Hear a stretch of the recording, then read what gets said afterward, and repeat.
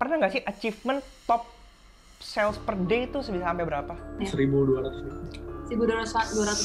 1.200 paket, luar biasa. Pas awal-awal tuh laku berapa sih sehari? Paling 10 paket, 14 paket. Itu prosesnya berapa lama tuh bisa kalian sampai ke titik ini? Januari ini 2 tahun pas. Buat kalian yang punya bisnis online shop, menurut gue itu salah satu opsi di mana kita bisa terus berkarya dan akhirnya menghasilkan uang lewat internet. Tapi di fase di awal-awal itu adalah fase yang paling menyulitkan karena kita tuh susah banget untuk dapetin customer.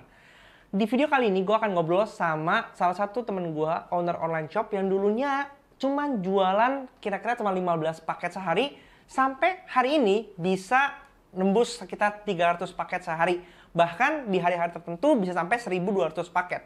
Gimana caranya? Apa yang dia lakukan? Ini yang kita bahas di video kali ini. Stay tune! Hai guys, sekarang hari ini gue udah ditemenin sama Kevin dan Cindy. Hai guys!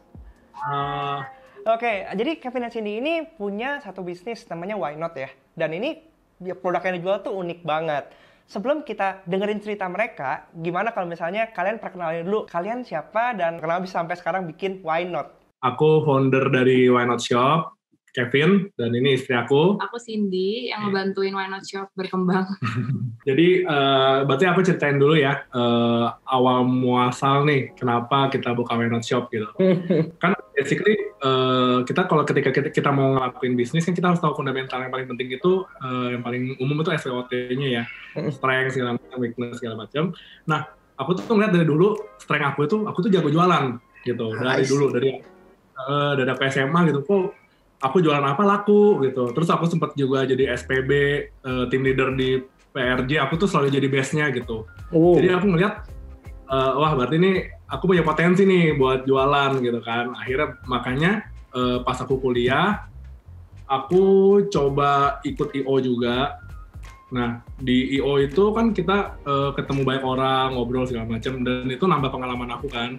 Dari situ setelah aku udah dapat banyak pengalaman, akhirnya aku penasaran nih, teman-teman aku banyak yang buka online shop gitu kan. Kenapa nggak aku coba tuh buat buka online shop? Karena dari latar belakang aku tuh jago jualan, aku tahu tuh.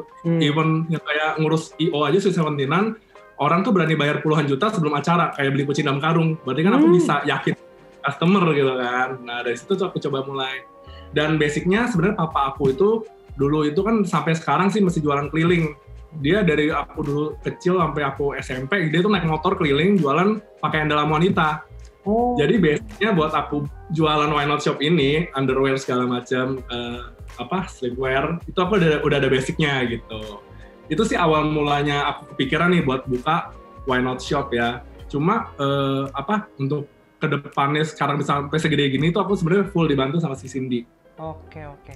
Vin, tapi gini, laki-laki ngejual produk pakaian dalam wanita, pernah nggak sih dapat kayak nyinyiran gitu dari teman-teman sekitar? Nyinyiran sih enggak sih, kok cuma lebih kepada banyak bercanda sih, kayak lu kok jualan BH gitu, kok lu jualan lingerie gitu kan, ya makanya namanya Why Not Shop gitu dari awal, cause why not gitu kan.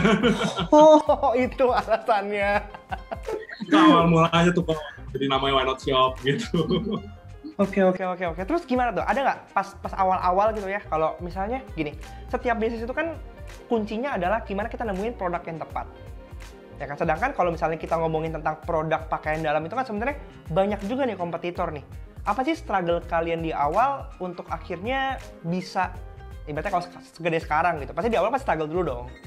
Jadi awalnya itu sebenarnya jualannya itu bralette. Awal mulanya bralette sama BH, nggak ada jual lingerie sama sekali. Terus tiba-tiba itu pas lagi zamannya lagi banyak DWP juga tuh, jadi bralette tuh lumayan laku. Nah terus tiba-tiba saatnya tuh dia ngedrop, bralette ini udah ngedrop, terus penjualannya menurun gitu kan.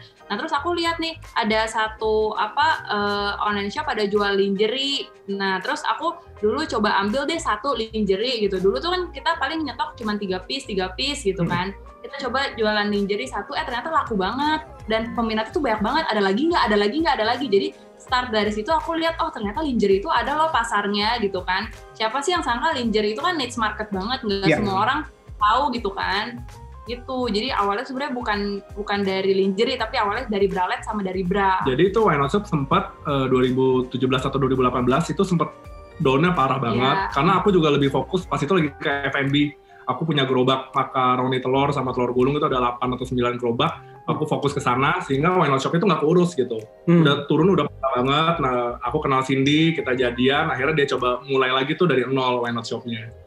Berarti dari pacaran gitu ya, dari pacaran berbisnis bareng.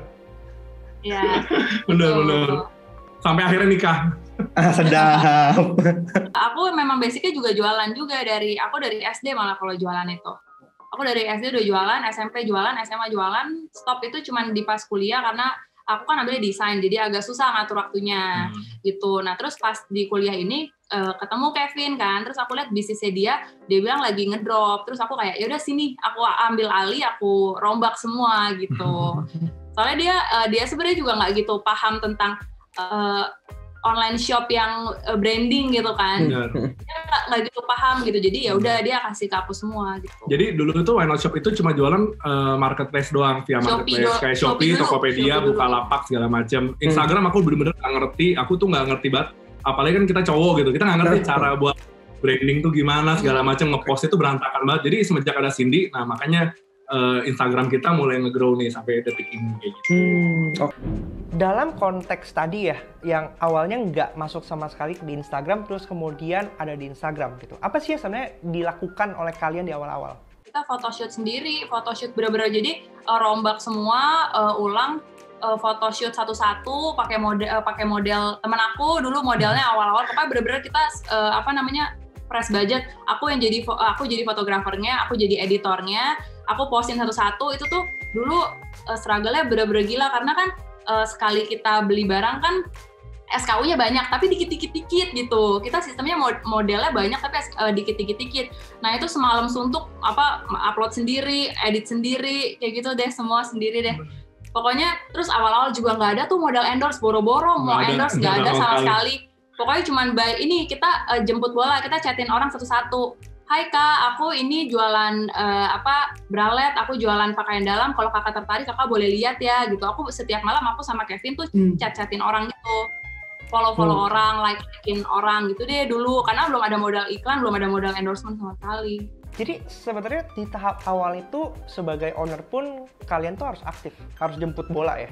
Nggak bisa berharap bahwa udah punya sosmed, ya udah kita nunggu aja customer datang ke kita gitu. Apalagi sekarang ini kan menjamur banget. Nah kalau sekarang mah udah harus pakai power super kenceng deh kalau baru buka online shop gitu. Terus kayak iklan itu wajib, endorsement itu wajib. Karena sekarang logikanya gini, kalau kita nggak iklan, kita nggak endorse, sedangkan online shop lain itu mereka bayar puluhan bahkan ratusan juta buat biaya iklan atau endorse. Gimana cara produk kita mau dilihat sama orang gitu. Yep. Pas awal-awal tuh biasa laku berapa sih sehari? Banget tuh, laku berapa kamu dulu? 20 paket lah banget. Iya paling 10 paket. Sehari paling 10-20 paket. Yang dulu stabilnya ya, dulu pas udah stabil ya paling 10 paket, 14 paket. Oke. Dan sekarang udah bisa berapa? Sekarang 300-an lah pokoknya. 300 sampai 315 lah per hari rata-ratanya. Rata-rata dipukul rata ya, Senin sampai... Kalau dipukul rata 30 hari. 30 hari, Senin sampai Minggu tuh rata-ratanya 300 per hari. Berarti udah naik 25 kali lipat? Iya, jauh banget. Iya, gila ya, luar biasa. Terus kalau misalnya, pernah nggak sih achievement top sales per day itu bisa sampai berapa? Kalau ya itu yang yang pas kemarin promo 99 ya? 1.200-an paket. 1.200 paket, luar biasa. Paket ya, bukan piece. Bukan piece, paket. Betul, kalau misalnya gitu, dulu yang awalnya cuma mungkin 14 gitu ya, terus sekarang bisa sampai 1.200. Itu prosesnya berapa lama tuh bisa kalian sampai ke titik ini? 2 tahun. Dari sekarang 2020. udah mau 2 tahun. Dari 2020. Ya, bentar lagi udah Januari ini 2 tahun pas. Benar-benar sampai sekarang. Dan itu banget gitu, dari 14 kita naik ke 30 paket setiap hari. Kita dulu punya target, kalau bisa 50 paket sehari tuh udah lumayan banget ya gitu-gitu. Akhirnya kita tembus nyampe 50 hingga di titik, pengen nih 100 paket sehari. Akhirnya kena lagi 100 hit gitu. Sampai di titik sekarang udah 300 itu udah yang di luar di luar apa kita ya, goals kita gitu. Cuma 100 sehari tuh udah sangat-sangat lumayan gitu. Waktu itu kita itu kalau misalkan set goals itu selalu bertahap nih, misalkan set dulu goalsnya maunya 50 paket sehari. Nah kita lihat beberapa bulan ke depan pokoknya harus stabil dulu. Kalau udah stabil baru kita benerin lagi apa yang bisa dibenerin untuk mencapai misalkan 100 paket atau 200 paket atau 300 paket sampai sekarang. Karena online shop itu kan yang susah itu sebenarnya gimana cara kita stabilinnya. Ketika online shop baru launching rame banget, itu banyak banget, terus 5 bulan kemudian, 6 bulan kemudian udah nggak ada kabar. Online shopnya itu kan banyak banget kan, makanya kita nggak mau kayak gitu. Kita maunya stabil, gimana caranya sehari tuh bisa tuh 50 paket sehari, akhirnya di 100 paket, hingga sekarang di 300 paket sehari stabil gitu. Ya mungkin ke depannya target mungkin maunya 500 paket sehari atau 400 gitu. Amin. Tapi kalau ngelihat progresnya itu kan luar biasa gitu ya. Ada nggak sih tips buat teman-teman di luar sana yang juga mau bangun bisnis online-nya? Karena sekarang kan di masa pandemi ini, gue yakin nggak ada cara yang nggak mungkin ya. Kita bisa making money lewat internet dengan sangat mudah gitu. Tetapi, ada nggak tips dari kalian gimana bisa membuat mereka itu akhirnya bisa pakai kalian juga nih gitu? Kalau dari aku sih paling ini sih, biasa tuh mental untuk jaga keuangannya ya. Kalau kita kebetulan dua-duanya sama, dua-duanya tuh irit. Jadi pas waktu itu omsetnya masih kecil itu, kita benar-benar puterin terus duitnya, kita sama sekali nggak ada tuh belanja atau apapun. Pokoknya benar-benar semua duit masuk nih. Misalkan nih contoh ada event Sincia nih, duitnya kita pakai buat modal lagi gitu. Terus misalkan kemarin tuh yang kita nikah, angpau nikah, kita sama sekali nggak ambil 1% pun, nggak pakai buat belanja, kita bener-bener full pakai buat modal. Semua duit yang masuk kita terusin, jangan baru sedikit udah beli ini, baru sedikit udah beli ini gitu. Kalau prinsip aku sama Kevin, belilah barang, nanti kalau misalkan itu harga barang tuh udah kayaknya aduh murah banget gitu, udah nggak berat gitu. Jadi itu sih kayaknya menurut aku itu penting banget, soalnya nggak semua orang bisa mikir ini duit harus dibolakin terus. Ada yang kadang suka ketakutan gitu kalau misalkan mau taruh duit nanti takutnya nggak balik modal. Nah itu udah susah berkembang sih menurut aku. Oke. Jadi skill untuk manage keuangan itu penting ya. Itu penting banget sih untuk online shop. Oke. Dan karena kan gini, seringkali kalau kita ngomong online shop karena skalanya biasa kayak ya nggak kayak perusahaan PT gede gitu, jadi banyak yang kecampur-campur gitu kan antara keuangan pribadi dengan keuangan bisnis kayak gitu. Kalau kalian bedain nggak? Bedain. Kalau kita bedain. Bahkan kita udah ada orang finance sama orang accounting yang buat ngurusin semuanya, bahkan sampai pajak segala macam kita udah aturin. Dulu emang awal-awal kita belum sedetail itu karena ya omsetnya juga masih kecil gitu. Tapi karena sekarang kita sudah lumayan naik dan lumayan besar, jadi kita harus benerin semuanya. Yang penting jangan pernah tuh gabungin rekening pribadi sama rekening online shop ya. Iya, sebenarnya kalau bisa ngatur sih sebenarnya nggak apa-apa ya. Tapi kalau misalkan bener-bener nggak bisa ngatur jangan gitu. Kalau misalkan orangnya nggak boros sama sekali mah nggak apa-apa gitu. Oke. Yang bahaya dia nggak tahu nih yang harus dibelanjain lagi bulan depannya atau keperluan untuk produksi. Ya kelihatannya cuma banyak aja ya, bulan depan udah nggak bisa produksi. Iya.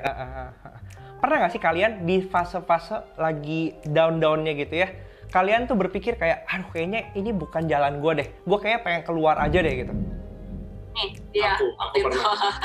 Pas 2016 yang aku cerita itu, karena aku ngerasa kayak ini bukan jalannya aku nih, aku nggak ngerti sama sekali sebenarnya gitu kan. Gitu. Cuma ya balik lagi yang namanya bisnis itu nggak boleh berhenti. Ibarat kalau kayak kita naik sepeda, walaupun pelan tetap nih sehari cuma ada 5 paket, 10 paket, yang penting tetap jalan kayak sepeda gitu. Kalau kita berhenti, jatuh. Gitu. Makanya sebenarnya kalau kalian punya bisnis apapun, walaupun sekarang lagi drop, tetap pertahanin aja sih menurut aku, tetap cobain, usahain. Pokoknya jangan sampai berhenti deh, sayang banget soalnya.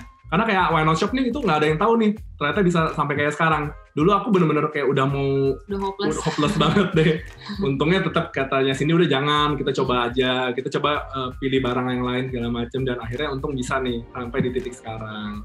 Oke, walaupun awalnya nggak bisa, tapi kalau misalnya dicoba-coba terus, pasti akhirnya bisa juga dan bisa berhasil juga ya. Menurut kalian terakhir, seberapa penting peran sosial media dalam perkembangan Why Not sampai saat ini?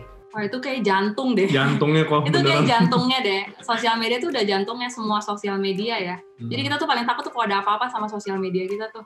Apalagi kan kita kan lingerie kan, sering banget itu masalah yang namanya ke-ban, kena apalagi ya Beb ya?